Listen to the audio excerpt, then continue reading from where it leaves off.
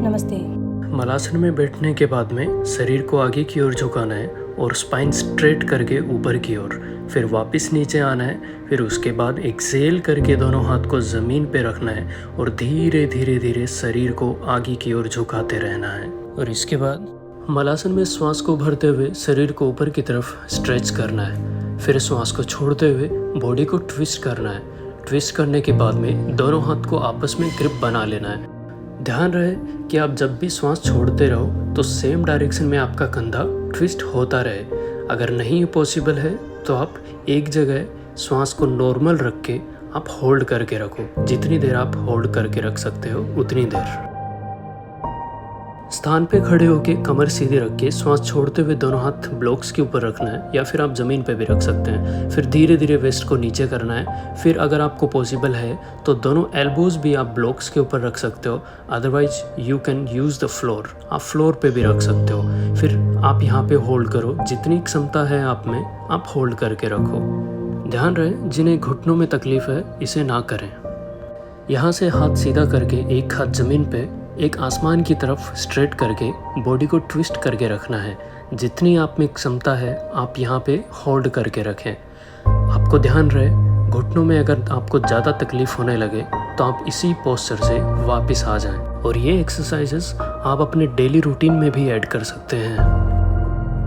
ये सब करने के बाद ज़मीन पे बैठ के दोनों पैर को दाईं और बाईं तरफ मूवमेंट करना है और श्वास छोड़ते हुए दोनों पैर ज़मीन पे रखें, दाईं और बाईं साइड। और महिलाएं जो घर में खड़े रहकर काम करती हैं वो एक्सरसाइज को नियमित तौर पे दोहरा सकती हैं। अभी बद्ध कोण आसन में बैठना है, जिसको बटरफ्लाई भी कहते हैं। इसके अंदर आप धीरे धीरे नीज को अप एंड डाउन करना है। आप इसकी स्पीड भी बढ़ा सकते हैं।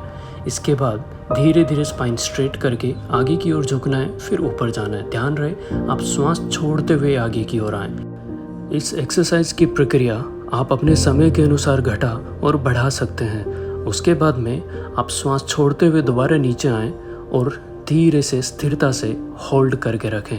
आप ध्यान रहे आपकी श्वासें नॉर्मल चलती रहें और जितनी देर हो सकता है आप होल्ड करके रखें। फिर अपने स्थान पर बैठ के एक पैर को मोड़ के रखना है। फिर एक हाथ पैर के आगे से, फिर दूसरा हाथ कमर के पीछे से आपको पकड़ के रखना है। आपका ध्यान रहे कि आपका पैर का पंजा सामने की तरफ रहे और श्वास को छोड़ते हुए कोशिश करो कि आपकी पेट की मसल भी ट्विस्ट हो। स्पाइन के साथ साथ शोल्डर, आपके कंधे, आपकी गर्दन पे भी आपको पूरा फोकस करके रखना है। मीन्स आप जब भी एक्सेल करो तो कोशिश करो कि घुटने के डायरेक्शन में आप शोल्डर को पुश करते रहो, आप ट्विस्ट करते रहो। इस पोस्चर में आप 1 मिनट तक होल्ड कर सकते हैं, जो कि दोनों साइड से आपका बराबर समय रहना चाहिए। सामान्य तौर पर महिलाओं में होने वाले हार्मोनल चेंजेस को संतुलित करने के लिए ये एक्सरसाइजेस बहुत लाभदायक होती हैं, जिन्हें महिलाएं अपने डेली रूटीन में भी ऐड कर सकती हैं, या फिर वो डेली कर भी लें तो ज़्यादा बेहतर है।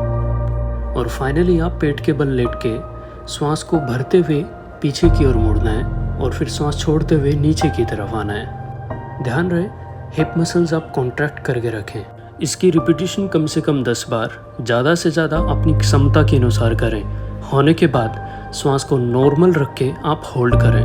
होल्ड करते समय आप कोशिश करें कि gluteus Maximus and all hip muscles you should contract and breathing normal. अपनी क्षमता के अनुसार होल्ड करना है, या फिर आप 1 मिनट से भी कम समय में भी वापस आ सकते हैं। और जिनका सिटिंग पोस्चर ज़्यादा रहता है उन्हें ये एक्सरसाइज डेली करना चाहिए। ध्यान रहे अगर सीवियर बैक पेन है तो उसको ना करें।